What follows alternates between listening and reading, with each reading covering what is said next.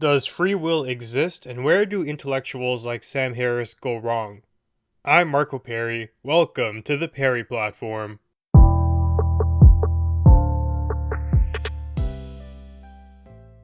I'm making this video in response to Sam Harris's latest podcast where he goes over his thoughts on free will.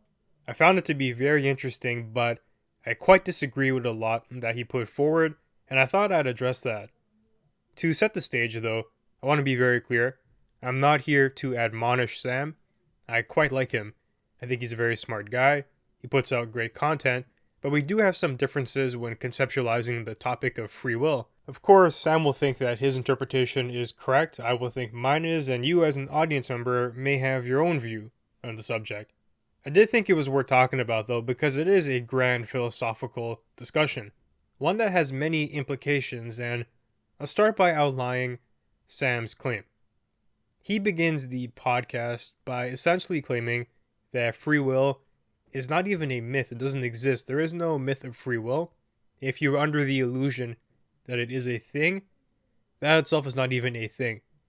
There's nothing there to lead you to believing that there is even the essence of free will in somebody. He believes the only distinction here, the only real truth of the matter, is a world of determinism, and perhaps there is some room there for chance as well.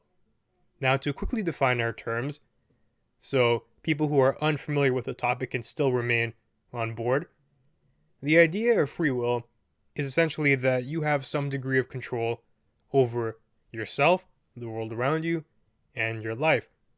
Determinism puts forward the idea that everything is cause and effect. You may simply be the effect of these grand causes, whether it's your DNA, your environment, your upbringing, things that you did not choose or create. They're having tremendous impact on your life, and they're determining the outcomes. In a sense, you are powerless there. Me, I am someone who believes there is room for pieces of both interpretations. I do think they're compatible with each other. I wouldn't go as far as Sam to say that free will does not exist, and I wouldn't go on the opposite end of the spectrum either, saying that free will is the only thing that exists. There is no such thing as determinism. Now, the way I view it, determinism and free will interact like a game of chess. There are certain rules here. There is a game board. There are pawns, queens, kings, bishops that can all do certain things. You cannot make your king move from one end of the board to the other end of the board in one turn. You can only move one pace at a time. But even though you're constrained by these things here, even though deterministically you can only have these certain subset of actions, you still have a choice there. With a king, you can go up, down, left, right, diagonal. You can choose to hide behind a rook or hide behind the queen.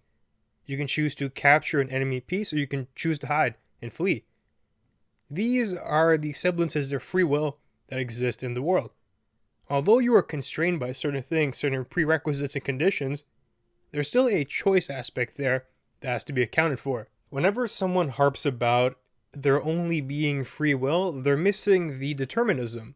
It's not as if you can choose to just fly one day, or you have absolute control over things like your subconscious thoughts. Sam talks about something like your body producing red blood cells.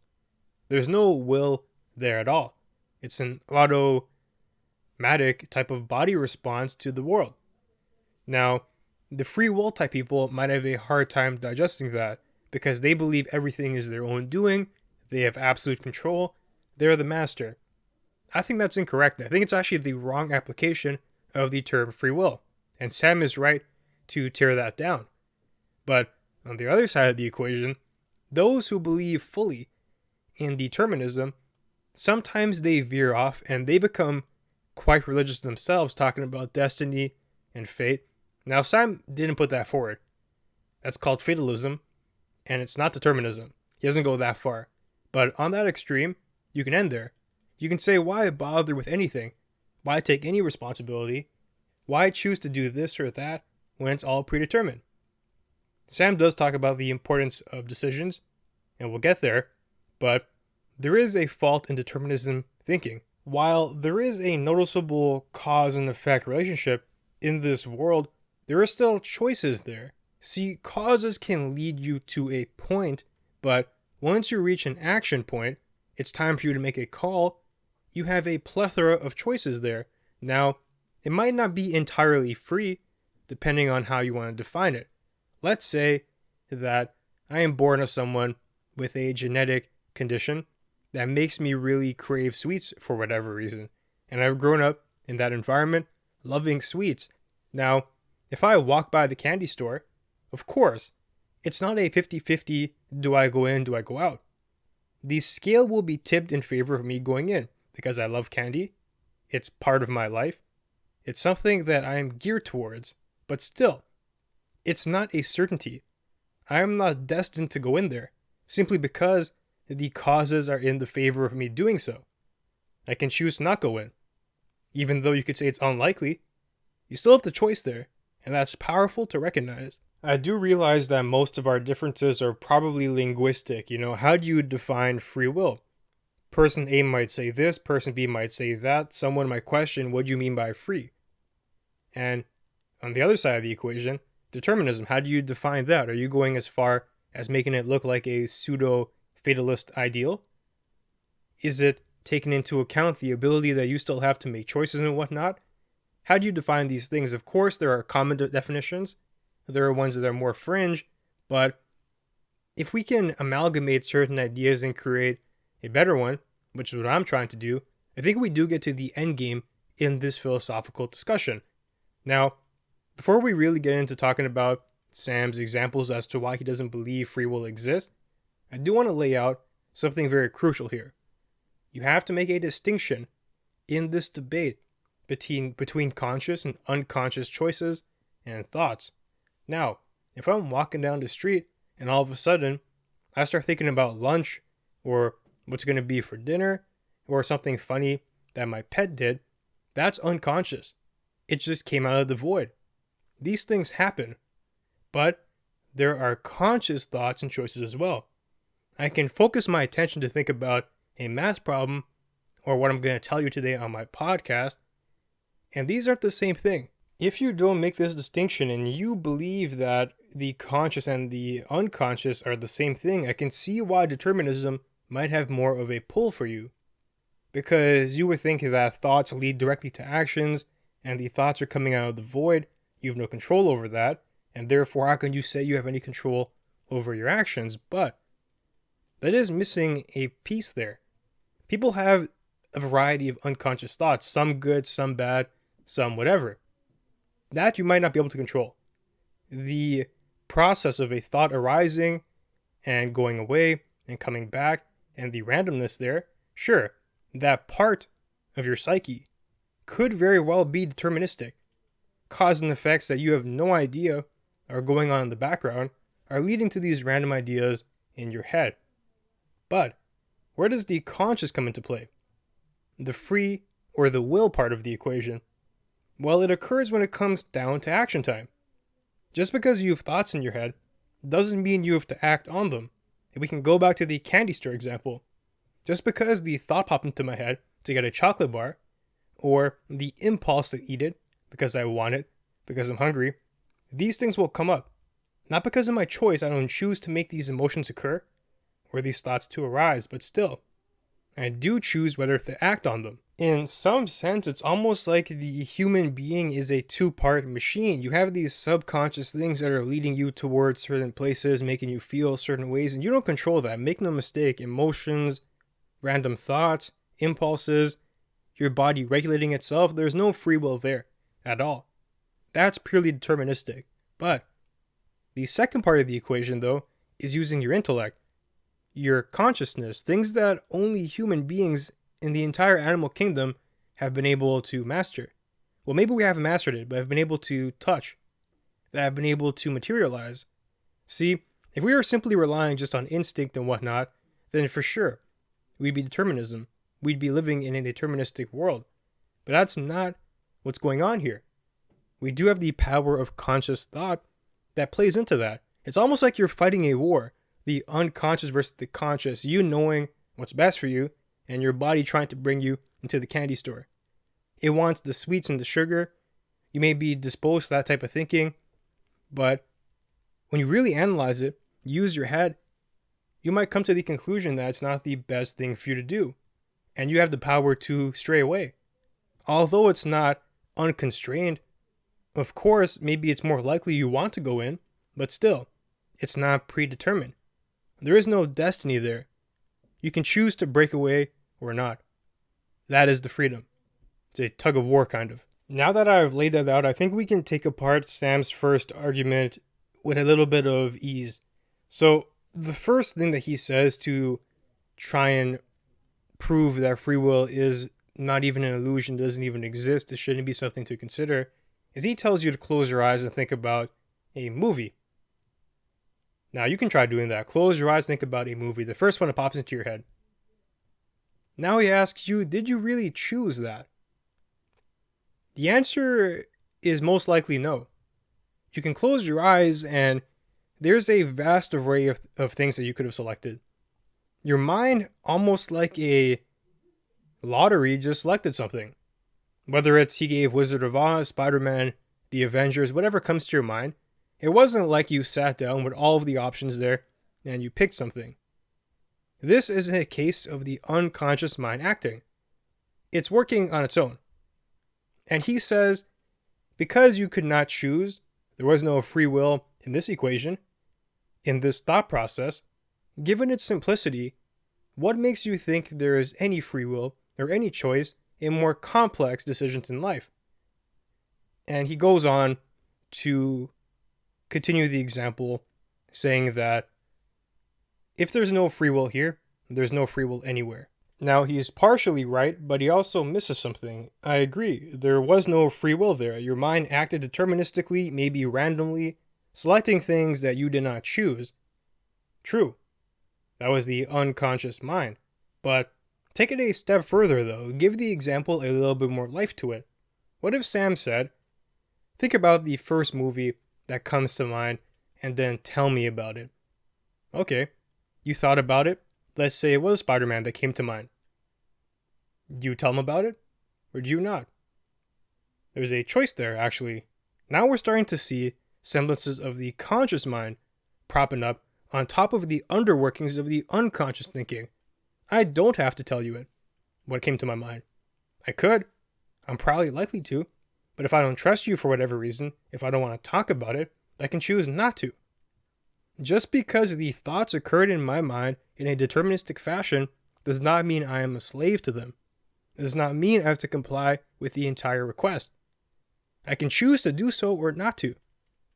That's the first flaw in his example. It's far too narrow, and he's making it seem as if it was all-encompassing, when it really was not. Really what it did was draw attention to the unconscious piece of your mind, your psyche, your thinking, which is very important. You do have to recognize that. It's not as if your entire mind is under your control. There is a part of it that is not, that acts very deterministically.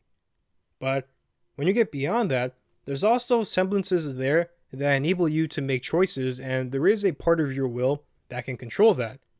Now here's another example. I'm talking to you right now, conversationally. It's not like I'm thinking carefully about the next word to leave my lips. It's somewhat deterministic. I have a certain vocabulary, a certain speaking style, all of these things that are causes that are leading to the effect of this conversation. But if I really wanted to, I could craft a speech that is very free will-esque. There's the unconscious versus the conscious mind, again at work. I could write down, jot down carefully, word for word everything I want to tell you. I can edit it, revise it, make sure it's perfect. I can change my speaking style around. It's all possible. But when I'm talking to you freely, relying more on the unconscious mind, then of course, determinism, that's the way it is. But it's a two-part game. It's almost like the human is split. There are parts of it that you cannot control, that operate seemingly on their own, where things just come out of the darkness of your mind. And there are things that you can control. Now, whether or not free will is defined properly to capture that, or determinism is, I'm not sure. That's why I do think we have to redefine these terms and approach it using the best ideas from both sides, because they both were onto something. It's not like determinist thinking is entirely wrong, or free will thinking is. There is room to account for both, and at the end of the podcast, Sam talked about people who might share the same idea as me. He called them compatibilist or something like that.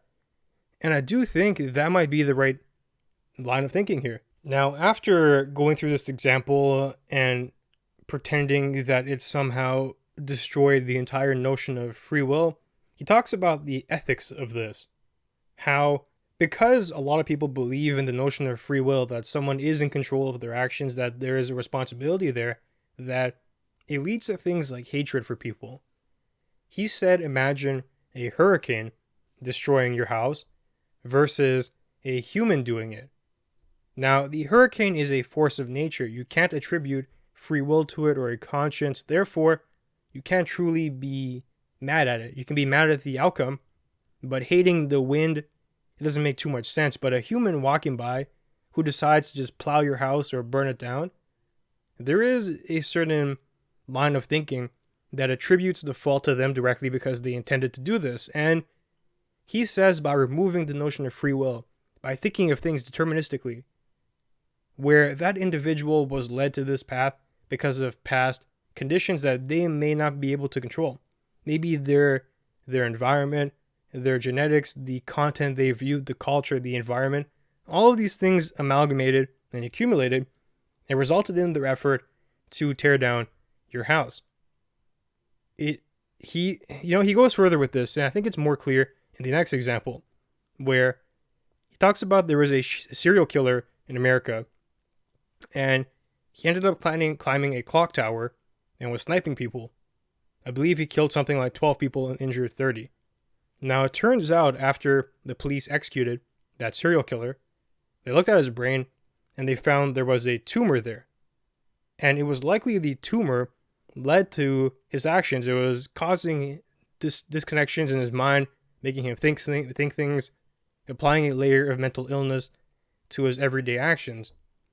Now he says, isn't that an example of determinism? It wasn't as if he had a free will here. He didn't freely choose to do these things. He was under the influence of an external factor.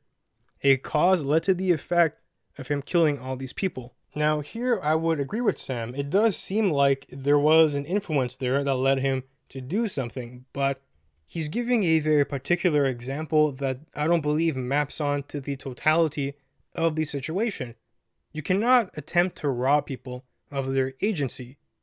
It's not as if a newborn child is predetermined to do certain things by the age of 18 or 30 or 22. There are certain things that can happen in your past for sure. You can develop a tumor in your head that makes you act in certain ways that are dangerous to society. Sure, that's all true.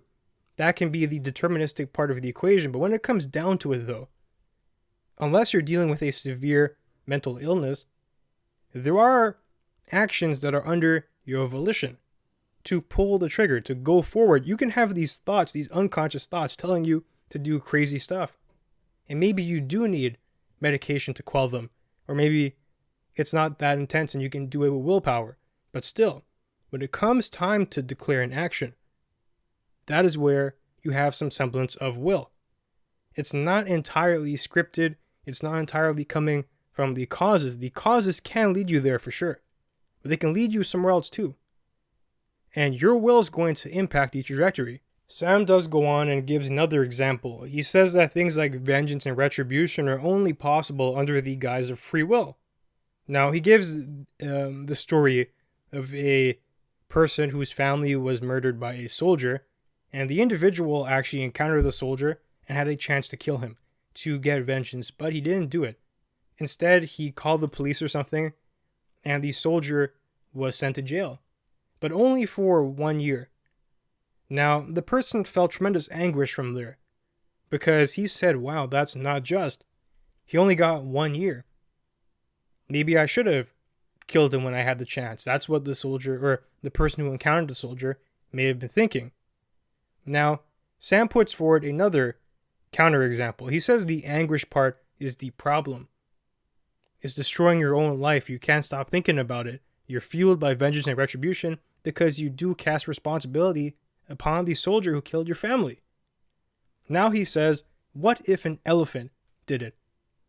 Would you still feel the vengeance and the retribution and the anguish? Would you be going hard trying to kill the elephant? would you feel animus towards it? He says you wouldn't, because you don't attribute free will to the elephant. It's more so a deterministic being, simply acting on instinct and its past behaviors and whatnot. Now, it's no lie there is utility there. If you simply treat humans as if they're the products of their past and you take away certain responsibilities and you don't view them as the agents of their own action, then yeah, maybe you get to free yourself from these thoughts of vengeance and retribution and anguish. But is it correct, though, to view a soldier the same way we view an elephant? Are humans in the same category as the rest of the creatures that we find in the animal kingdom? It goes back to the hurricane example even, where you don't feel angry or as angry if a hurricane destroys your house versus a human doing it because they intended to do so. And that's the problem there. It's the intention. It's the ability to stray away from the action that you've chosen here. I'm not saying that vengeance is good, or retribution, or anguish, but I don't think that free will needs to lead there. The conception of free will doesn't have to take you down that path. You can recognize that the soldier was operating under an army regime. He had commanders. His home country might have been disillusioned with propaganda. There are a whole lot of causes there that could have led to the effect of them killing the family. Some of them may not be under his control. He could have just gone completely off of direction and instinct and whatever. Lots of buildup there. But you have to recognize, though, he still was not predetermined by these causes to pull the trigger. He didn't control his environment, but when it came down to it, and he looked at family eye to eye, he made the choice to follow through. He could have not killed them. He could have turned around, walked away, but he did not. If it was an elephant, there isn't that thought process. They're going to look you in the eye, and they're still going to act purely based on their instinct. They're not going to think about, oh, should I kill this family? What are the consequences of that? It doesn't occur to them. There is no ethics or morals there. When you try to separate the notion of free will, or at the very least will, from humans, you cast them back into the same bucket as other animals who operate simply based on instinct, and we can see how flawed that is. Now, it was interesting too that after this, Sam talks about the utility of punishment. How even though we can view the world as deterministic, there's still a use to punishment because it could be the cause that stops people from acting in a bad way. But it does beg the question, how can you morally punish people if you don't believe that they willed certain actions to occur? Take the elephant once again. What use is there in punishing the elephant? He was purely acting on a deterministic basis. Are we going to execute the elephant? Are we going to put him in jail for life where he won't even understand what's going on? The answer is no. It makes no sense. Now, there could be utility. Maybe the other elephants now see the pattern of behavior. Oh, if I trample that family, I get killed. Then I will not do it.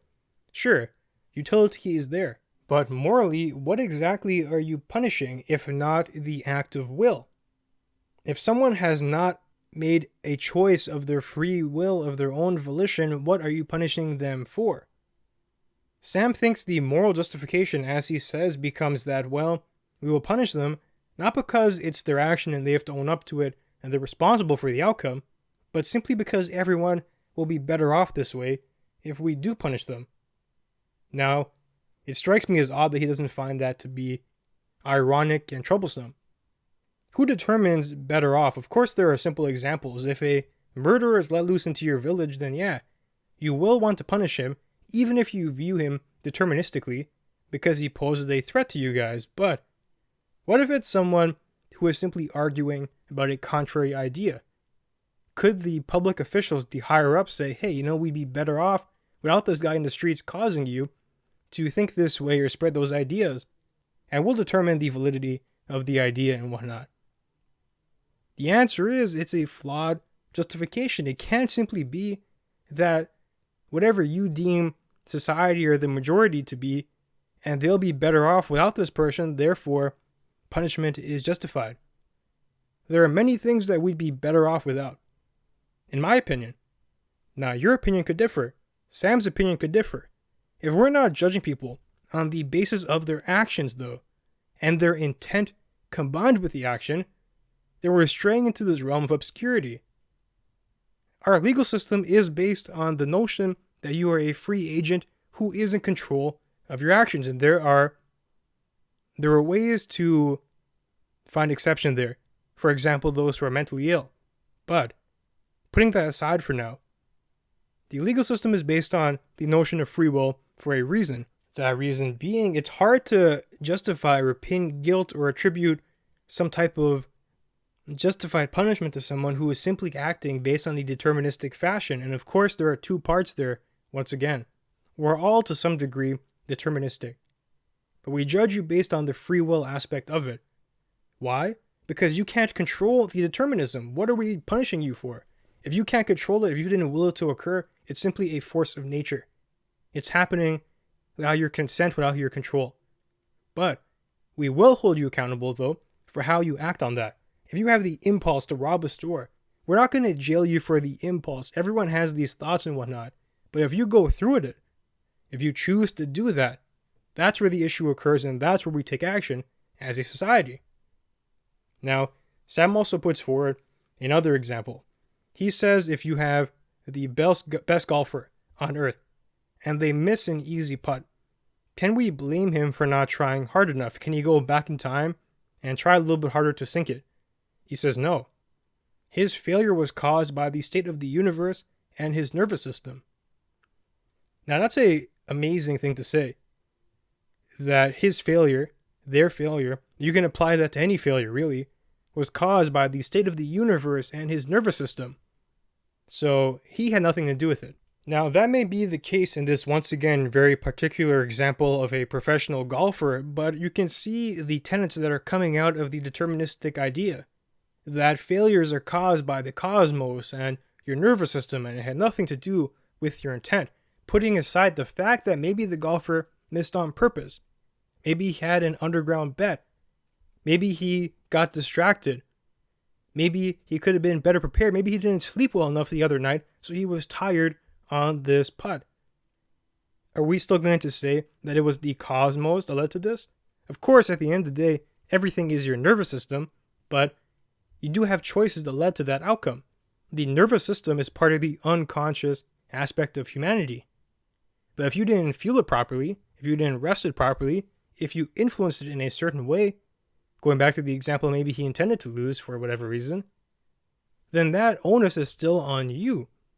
To blame things and failures on the cosmos, I don't think that's any way to live, and I don't see how it's a productive mindset.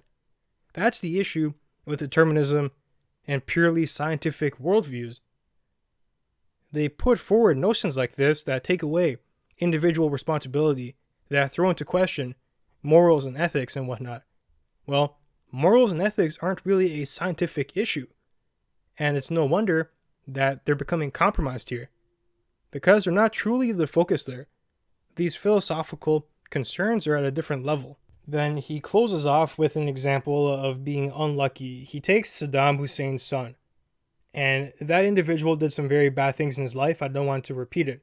And he says, well, look at where he was born. Look at who he was born to. Look at the influences there. Can you really blame the individual for what he's done given all this background? You seem to be more deterministic, is what Sam was saying. And here there is nuance. Of course you can understand the child was very unlucky to have been born there, under Saddam Hussein's family rules and whatever craziness was going on. If that child was born maybe in Canada to a, what you would call a more regular family versus Saddam's, then the child may have grown up to be very different. And that's true. And we can do that for everyone. We can rewind their clock, he puts it. Look at the events in their past that are making them the way they are today. Sure, I agree with that. You have traumas from relationships and encounters and whatever's happened to you, your DNA, your genetics, your environment. All these things are leading you to a point. Sure, I agree with that. But you are still not destined to do certain things. Now, maybe I do have to mention it. So, Sam gave one example of Hussein's son, who would sometimes find out a wedding is happening nearby him, and he would go there with his bodyguards and his gang, and he would brutally rape the bride.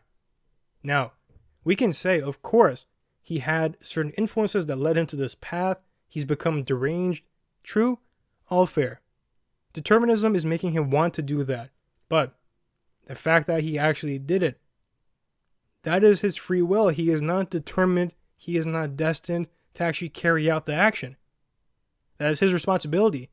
And he has to be held responsible for that because he chose to cross the line between unconscious to conscious. You can still feel pity for him. You can still understand the trauma from his past and understand that maybe rehabilitation could be the way to go. And I agree with what Sam is getting at here. Maybe people are using free will as a bad rationale to act out of vengeance and revenge based and being too cruel with their assessment. But when you do the same analysis purely from a determinism framework, you get the opposite. You're too detached. You're not putting any responsibility. You're trying to blame the cosmos for actions that humans clearly have carried out. There's a middle ground here. To understand the past and the way it's influencing someone, but still to hold you accountable for making a choice. Because you did not have to do that. That's the point, essentially. And that's my main theory, that you don't have to do anything when it comes to the conscious realm. Of course, thoughts will occur to you, certain things will happen, but still, you have an influence here. It's not as if you cannot will certain things to occur or you cannot bend the trajectory of certain deterministic frameworks and influences and models. You have that power. It's actually both. To not integrate aspects of determinism and free will into your life leaves you missing something crucial. To close, I do think that Sam is making the mistake of writing off a very important aspect of our thinking, of our philosophy, of our society, and of, I would say, reality, even though he wouldn't agree with it. And maybe the disagreement comes from the way it's been defined. Maybe because he's been debating people who are too crazy with free will and not centrist enough. All these things are possible here, but even Sam making this episode, he didn't have to do it. He may have been angry, he may have been pissed off about determinism and free will in the debate and the way it's been going, but he made the choice to record it. He didn't have to do that, even given all the buildup. The conscious versus the unconscious, something to remember. And I do welcome further debate on the topic. I'm not going to say that I am undoubtedly in the right here. I think I am. But with all things philosophical, there's always room for debate and to make ideas stronger and whatnot. So I do welcome that. If anyone wants to talk about it further, let me know. Now, I do think that's good for today. That now brings us to the end of our conversation. If you enjoyed the content, be sure to leave a review and share. That'll help us grow. And you can find me online at perryplatform.org and on social media at perryplatform. Thanks for joining me, and I'll see you soon.